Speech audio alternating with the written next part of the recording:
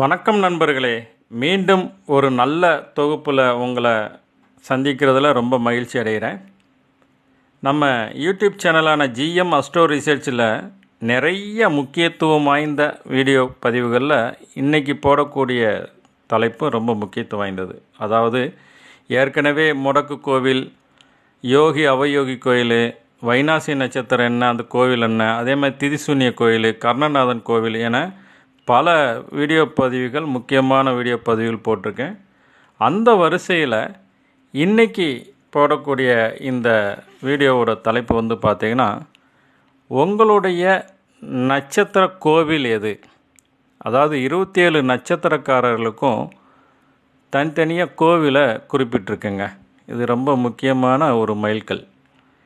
எப்படி கர்ணநாதன் ஆக்டிவேட் பண்ணுறது, அதே மாதிரி முடக்கு கோயில் போய் எப்படி நம்ம வாழ்க்கையில் முன்னேறது, இப்படிங்கிற விஷயங்கள் தெரிஞ்சுக்கிறது மாதிரி நம்மளுடைய நட்சத்திர கோவில் சென்று வழிபடும்போது மிக அற்புதமான ஒரு நல்ல ரிசல்ட் கிடைக்குதுங்க. அந்த வரிசையில் நம்ம இப்போ ஃபஸ்ட்டு நட்சத்திரமான அஸ்வினியிலேருந்து ஆரம்பிக்கிறேன். இந்த கோவில் வழிபாடு வந்து நான் சுலோவாகவே சொல்கிறேன், நீங்கள் குறித்து வச்சுக்கோங்க. உங்களுக்கு மட்டும் இல்லை, உங்களை சார்ந்தவர்களுக்கும் இது ரொம்ப பயன்படுங்க. அதனால் இதை லைஃப் லாங் யூஸ் பண்ணுறது மாதிரி நீங்கள் ஒரு டைரியில் குறித்து வச்சுக்கலாம். ஓகே, அஸ்வினி நட்சத்திரக்காரங்க வழிபட வேண்டிய தெய்வம் வந்து பார்த்திங்கன்னா, கோவில் வந்து பிறவி மருந்தீஸ்வரர் ஆலயம். திருவாரூர்லேருந்து 30 கிலோமீட்டர் தூரத்தில் இந்த திருத்துறைப்பூண்டி அருகில் உள்ளதுங்க இந்த பிறவி மருந்தீஸ்வரர் ஆலயம். அடுத்தபடியாக பரணி நட்சத்திரக்காரங்க வழிபட வேண்டிய தெய்வம் வந்து அக்னீஸ்வரர் திருக்கோவில். மயிலாடுதுறை மாவட்டம் நெடுங்காடு வழியாக காரைக்கால் செல்லும் சாலையில் இருக்குங்க. நல்லாடை என்ற கிராமத்தில் இருக்குது அக்னீஸ்வரர் திருக்கோவில் பரணி நட்சத்திரக்காரங்களுக்கு. அடுத்தபடியாக கார்த்திகை நட்சத்திரக்காரங்களுக்கு வணங்க வேண்டிய தெய்வம் வந்து பார்த்திங்கன்னா காத்திர சுந்தரேஸ்வரர் ஆலயம். இந்த காத்திர சுந்தரேஸ்வரர் ஆலயம் செல்லும் வழி வந்து பார்த்திங்கன்னா, மயிலாடுதுறை டு பூம்புகார் செல்லும் சாலையில் 8 கிலோமீட்டர் தூரத்தில் கஞ்சா நகரம் என்ற ஊர் இருக்கும். அங்கே தான் இந்த திருக்கோவில் அமைந்திருக்குங்க. அடுத்து ரோகிணி நட்சத்திரக்காரங்க வந்து வழிபட வேண்டிய தெய்வம் வந்து பார்த்திங்கன்னா பாண்டவ தூத பெருமாள் திருக்கோவில். பாண்டவ தூத பெருமாள் திருக்கோயில் வந்து பார்த்திங்கன்னா காஞ்சிபுரம் ஏகாம்பரேஸ்வரர் கோவிலுக்கு எதிரில் இருக்குங்க. அடுத்து மிருகசீரிடம் நட்சத்திரக்காரங்க வழிபட வேண்டிய தெய்வம் வந்து பார்த்திங்கன்னா ஆதி நாராயண பெருமாள்.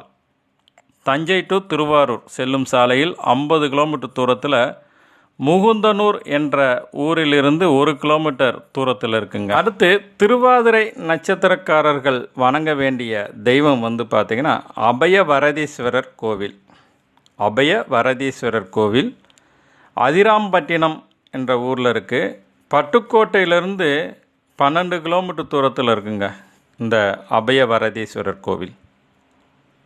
அடுத்து புனர்பூசம் நட்சத்திரக்காரங்க வணங்க வேண்டிய தெய்வம் வந்து பார்த்திங்கன்னா அதிதீஸ்வரர் திருக்கோவில். வேலூர்லேருந்து கிருஷ்ணகிரி வழியாக செல்லும்போது 67 கிலோமீட்டர் தொலைவில் இருக்குது. வாணியம்பாடியிலிருந்து பார்த்தாலும் 3 கிலோமீட்டர் தூரத்தில் போக வேண்டியிருக்கும். அது பழைய வாணியம்பாடி அப்படிங்கிற இடத்துல இருக்குங்க அதிதீஸ்வரர் புனர்பூச நட்சத்திரக்காரங்களுக்கு. அடுத்து பூசம் நட்சத்திரக்காரங்க வந்து அச்சயபுரீஸ்வரர் திருக்கோவில். பட்டுக்கோட்டை டு ராமேஸ்வரம் செல்லும் பாதையில் இருக்குங்க. அடுத்து ஆயிலியம் நட்சத்திரக்காரங்க வந்து பார்த்திங்கன்னா வணங்க வேண்டிய தெய்வம் வந்து கடற்கடேஸ்வரர் ஆலயம். கடற்கடேஸ்வரர் ஆலயம் கும்பகோணமில் இருக்குது. சூரியனார் கோவில் செல்லும் சாலையில் இருக்குங்க. இது திருத்தேவன்குடி என்ற கிராமத்தில் இருக்குது. அடுத்து மகம் நட்சத்திரக்காரங்க வணங்க வேண்டிய தெய்வம் வந்து பார்த்திங்கன்னா மகாலிங்கேஸ்வரர் கோவில். திண்டுக்கல் டு நத்தம் செல்லும் சாலையில் விராலிப்பட்டி விளக்குலேருந்து 2 கிலோமீட்டர் தூரத்தில் இருக்குங்க. அடுத்து பூரம் நட்சத்திரக்காரங்க வணங்க வேண்டிய தெய்வம் வந்து பார்த்திங்கன்னா ஸ்ரீஹரி தீர்த்தேஸ்வரர் கோவில். திருவரங்குளம் என்ற ஊரில் இருக்குது. புதுக்கோட்டை டு பட்டுக்கோட்டை செல்லும் சாலையில் 7 கிலோமீட்டர் தொலைவில் இந்த திருவரங்குளம் இருக்குங்க. அடுத்து உத்திர நட்சத்திரக்காரங்க வணங்க வேண்டிய தெய்வம் வந்து பார்த்திங்கன்னா மாங்கலேஸ்வரர் திருக்கோவில். மாங்கலேஸ்வரர் திருக்கோவில் இது எடையாற்று மங்கலம் என்ற ஊரில் இருக்குது. இது திருச்சி சத்திரம் பஸ் நிலையத்திலேருந்து 22 கிலோமீட்டர் தூரத்தில் இருக்குங்க. லால்குடி அப்படி ஊரில் இருந்து 5 கிலோமீட்டர் தூரத்தில் இருக்குங்க. அடுத்து ஹஸ்தம் நட்சத்திரக்காரங்க வணங்க வேண்டிய தெய்வம் வந்து பார்த்திங்கன்னா கிருபா கோபாராய்ச்சிவரர் திருக்கோவில். கிருபா கோபாராய்ச்சிவரர் திருக்கோவில் கும்பகோணம் மயிலாடுதுறை செல்லும் சாலையில் கோமல் என்ற ஊரில் உள்ளதுங்க. அடுத்து சித்திரை நட்சத்திரக்காரங்க வணங்க வேண்டிய தெய்வம் வந்து பார்த்திங்கன்னா சித்திரரத வல்லப பெருமாள். சித்திரரத வல்லப பெருமாள் இது குருவித்துறையில் இருக்குங்க. மதுரை பெரியார்லேருந்து குருவித்துறை பஸ் குருவித்துறையிலிருந்து 3 கிலோமீட்டர் தூரத்தில் இந்த கோவில் அமைந்துள்ளது. அடுத்து சுவாதி நட்சத்திரக்காரங்க வந்து வணங்க வேண்டிய தெய்வம் வந்து தாத்ரீஸ்வரர். தாத்ரீஸ்வரர் திருக்கோவில் இது சித்துக்காடு என்ற ஊரில் இருக்குங்க. இது சென்னை பூந்தமல்லி சாலையில் தண்டூரை என்ற ஊரில் இருந்து 8 கிலோமீட்டர் தூரத்தில் சித்துக்காடு இருக்குங்க. அடுத்தபடியாக விசாகம் நட்சத்திரக்காரங்க வணங்க வேண்டிய தெய்வம் வந்து பார்த்திங்கன்னா முத்துக்குமாரசாமி. இது செங்கோட்டை திருமலை கோவிலில் இருக்குது. இது ஒரு மலைக்கோவில். இது வந்து குற்றாலம் பக்கத்துலேயும் சொல்லலாம். செங்கோட்டை குற்றாலம் இருக்கு இல்லையா, அது பக்கத்தில். செங்கோட்டையிலேருந்து 7 கிலோமீட்டர் தூரத்தில் இருக்குங்க இந்த முத்துக்குமாரசாமி கோவில். அடுத்து அனுச நட்சத்திரக்காரங்க வணங்க வேண்டிய தெய்வம் வந்து மகாலட்சுமி புரீஸ்வரர் கோவில்.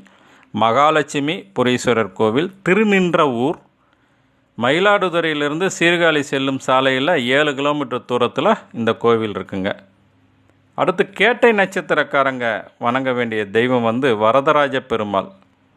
இது தஞ்சை டு கும்பகோணம் செல்லும் சாலையில் பசுபதி கோவில் அருகே இருக்குங்க வரதராஜ பெருமாள்.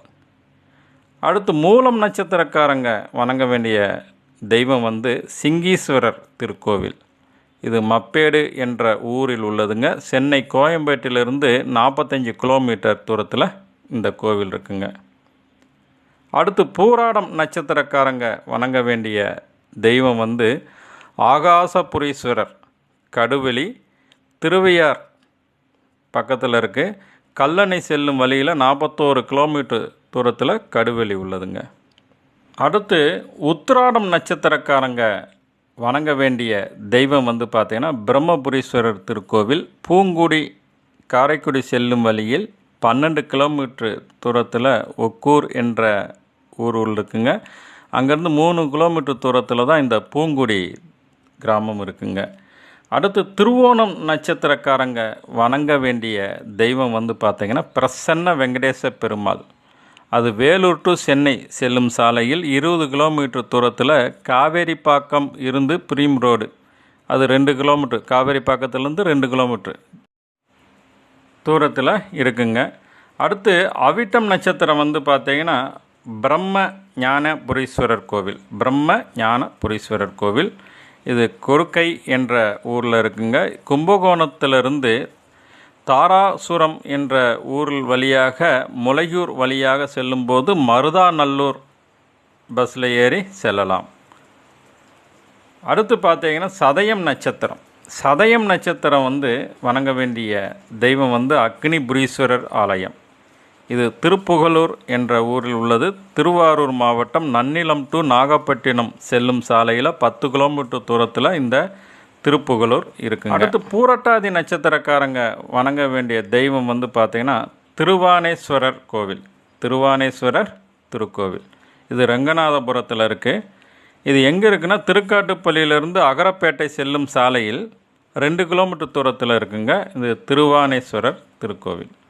அடுத்து உத்திரட்டாதி நட்சத்திரக்காரங்க வணங்க வேண்டிய தெய்வம் வந்து பார்த்திங்கன்னா சகஸ்ர லட்சுமீஸ்வரர். சகஸ்ர லட்சுமீஸ்வரர் கோவில் தீயத்தூர் புதுக்கோட்டை மாவட்டம் திருபுவனவாசல் செல்லும் சாலையில் 21 கிலோமீட்டர் தூரத்தில் இருக்குங்க. அடுத்து ரேவதி நட்சத்திரக்காரங்க வணங்க வேண்டிய தெய்வம் வந்து பார்த்தீங்கன்னா கைலாயநாதர் கோவில். கைலாயநாதர் கோவில் இது திருச்சியிலிருந்து முசிறி சென்று அங்கிருந்து காரகுடி என்ற இடத்துல இருக்குங்க இந்த கைலாயநாதர். ஸோ இந்த கோவில்லாம் எல்லாத்தையும் நல்லா வழிபட்டு அந்தந்த ஜென்ம நட்சத்திரம் அன்று உங்களுடைய ஜென்ம நட்சத்திரம் அன்று அந்த கோவிலுக்கு சென்று விளக்கேற்றி அர்ச்சனை செய்து ஒரு 2 மணி நேரம் ஸ்பெண்ட் பண்ணிவிட்டு நீங்கள் வந்தீங்கன்னா நல்ல ஒரு சுபிட்சம் ஏற்படுங்கிறதுல எந்த ஒரு மாற்று கருத்தும் இல்லைங்க. நன்றி, வணக்கம்.